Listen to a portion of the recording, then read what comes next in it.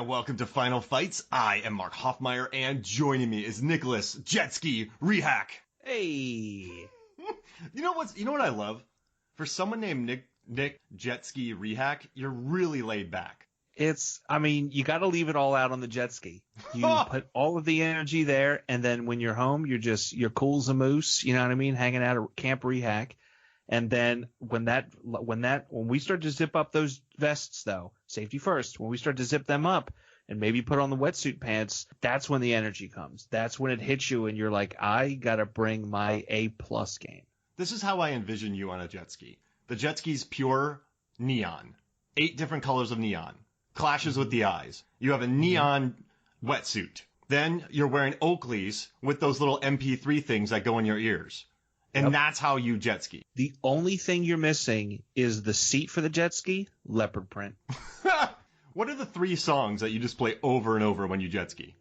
Still of the Night by Whitesnake. Come On Feel the Noise by Quiet Riot. Whoa. And there's a bit of a me thing. Not everybody likes it, but Sailing by Christopher Cross. Wow. Sailing. Yeah. Takes me away. It's ups and downs. You can't just have all metal. You got to have, like with every workout, the circuit training, you go fast, fast, fast, slow, slow, slow, fast, fast, fast, slow, slow, slow. I used to run to this Lance Armstrong thing. It was 40 minutes and it would do like, the Hives, and then it would bust out some, Chelsea Dagger, and then it would cut to Island in the Sun from Weezer, and you just kind of saunter for a little bit, but then it'd cut to something else and you start sprinting. I tell you what, I haven't listened to the Hives in a bit. I might have to sneak a rotation in there, like after Sailing, throw the Hives in real quick. And then we're back into Whitesnake. I'm pretty sure at some time in your life you've like slapped a bass to the Hives. Have you? Oh no, absolutely, absolutely.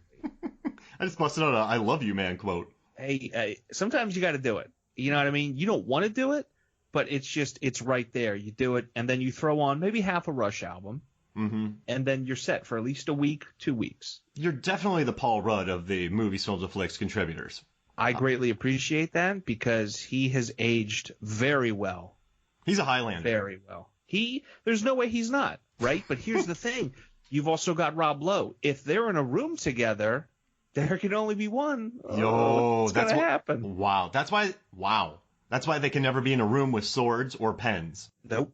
That's why if you look at the West Wing, Paul Rudd is never on the West Wing. Wow.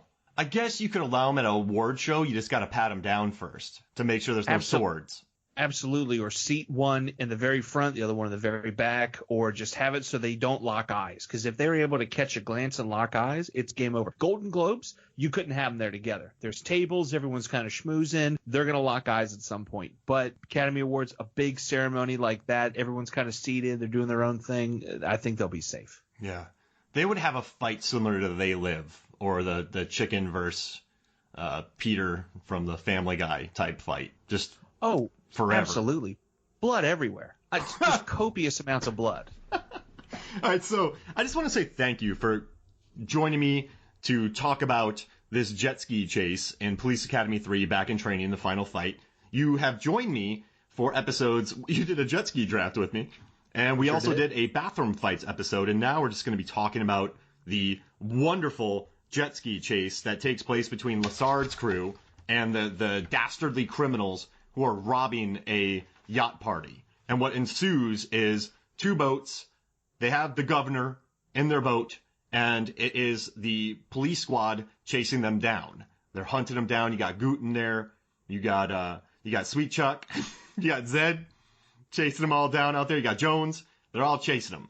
And we got to say, once again, the stunt coordinator was Alan Oilney, who was Eddie Murphy's guy, who was Wesley Snipes' guy. So he's out there. He's throwing boats and jet skis around. And we get a gnarly chase. This is a fun final fight that's one of a kind. It absolutely is. And, I mean, it might be too bold to say this so soon. You'll never see something like this again.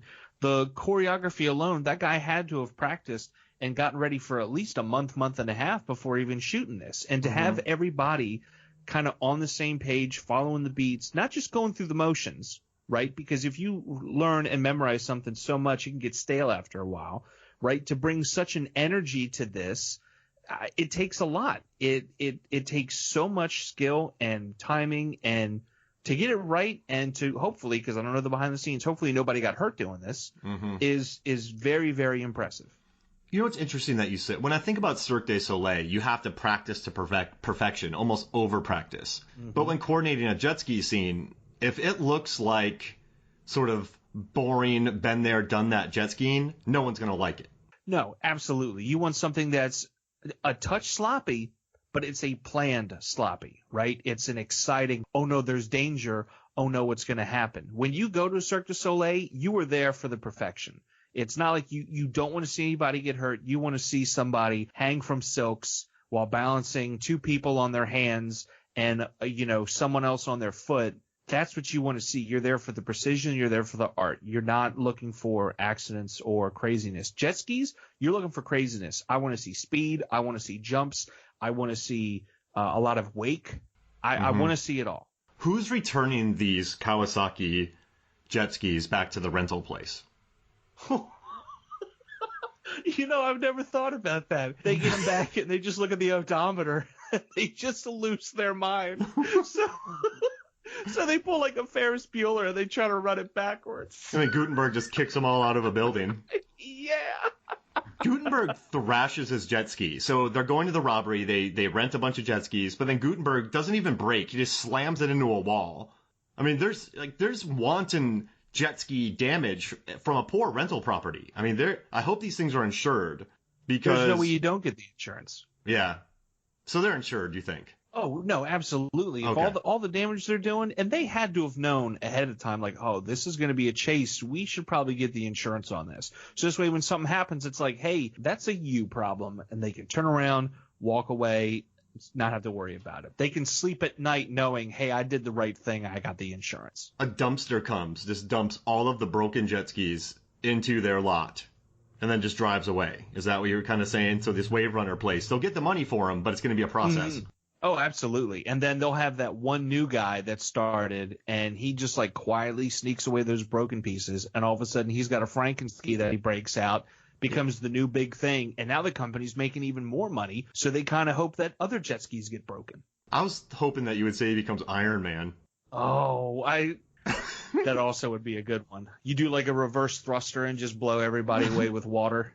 The prisoner comes busting out of the jet ski rental place in a full Iron Man gear.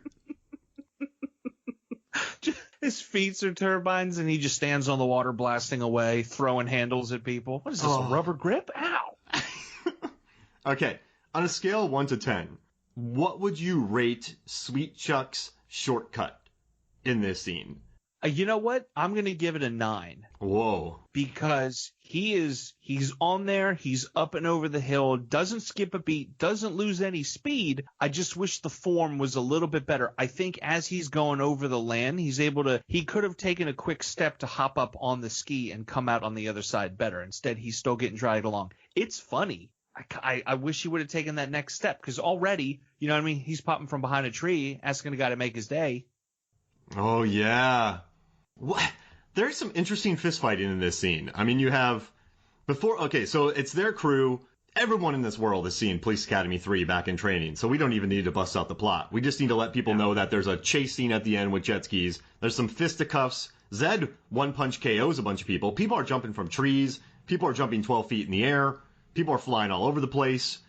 And then Sweet Chuck, if Sweet Chuck didn't fall into the water, do you think Sweet Chuck could have ridden because on the way over, Sweet Chuck was in the boat next to Hightower, and Sweet Chuck had his gun out ready to shoot. I don't know if you saw that. So I didn't see that part, no. When Sweet Chuck has to get on this jet ski, Sweet Chuck is not prepared. So Sweet Chuck falls in the water and just gets dragged for probably 7 minutes through a circular canal system, which I believe they raced in a circle, correct, in this scene? There's no way they didn't. They had to have, because you got the one guy, his name escaped me right now. He's watching with binoculars. He's kind of seeing the whole thing going on. And I feel like they start at the dock and then they end up back at the dock. And we don't really see the same kind of setting back and forth. It's not like they're doing like a Scooby-Doo thing, right? Where they're kind of popping back and forth and crossing each other in different sections. It's just, it's got to be one big loop. Wow. These criminals weren't very smart because they could have taken off into the open sea. Oh, yeah. And they would have got far because jet skis, they're only going to go so much. You only have so much gas in the tank, right? Mm-hmm. The boat, you got a little bit more. Yeah, and even then, you might have an oar. You can row after a while. If that gas is out, you're rowing. Jet ski, you don't have an oar on that. That's really interesting. You can row a boat, but you can't row a jet ski.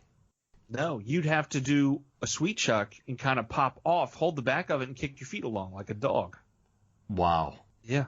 That's my new quote. If one of my students ever asks me for advice, I'll be like, you can row a boat, but you can't row a jet ski. And I just want them to think about that.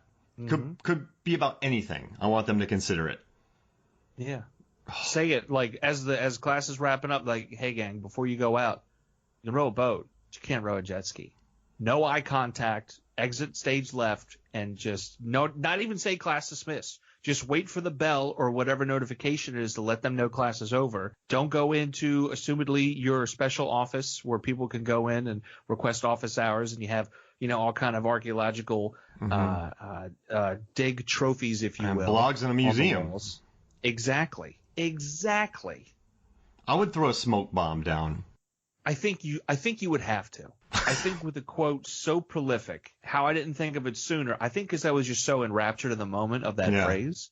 But you would have to do a smoke bomb. Now here's the question: what color smoke? Do you go traditional or do you liven it up? Oh well, you don't want to go anything too lively because it would take away from the quote, right? But you would want to have some color in there to not bore them after the great quote. So I'm thinking a nice navy blue. I'm for it. I can get behind that. Absolutely, I can. Who's that? Because in a way, it's water-esque. Whoa, right? Yeah. They'll never see me again either.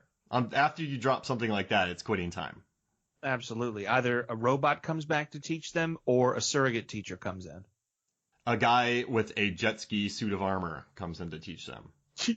Yes. And anytime they go to hand in paperwork, his jet hands just blow the papers away, and he's like, now you got to go get it. Here I go again. Oh, gosh. You're on the road, you're hitting on the highway, and you see a jet ski man flying by you. That changes your entire worldview. Now, who's the MVP of this scene? There's a lot of people running around here, right? There's Jones, who can use his hand as a periscope. His hand works as a functioning periscope. You have, Mahoney falls a lot, and he's all over the place. I've narrowed it down to two people, but I kind of want to, I've narrowed it down to two people. I want to know who you think, though, is the MVP of this chase.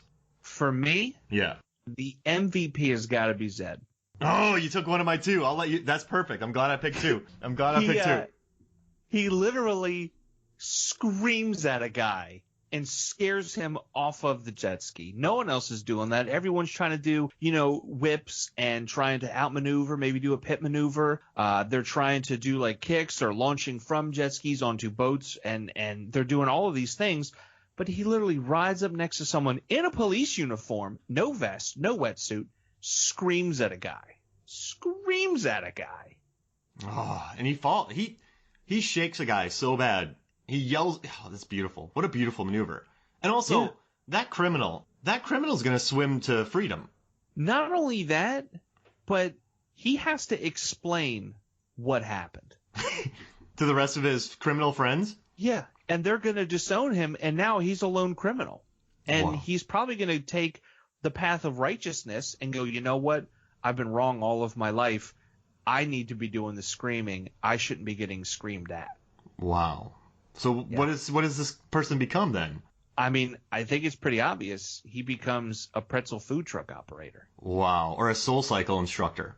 Maybe he does both. Maybe one's a weekday or an afternoon gig. Maybe one's a night and weekends gig. You know what I mean? How like some people do bar trivia, right? They do it like 3 nights a week, but during the day they still go to Enterprise and, they help with people, live their dreams through car rentals. This person's making pretzels. Are they also yelling at people? I think it's yelling during SoulCycle. Got it. So you're yelling during the cycling, but then you have this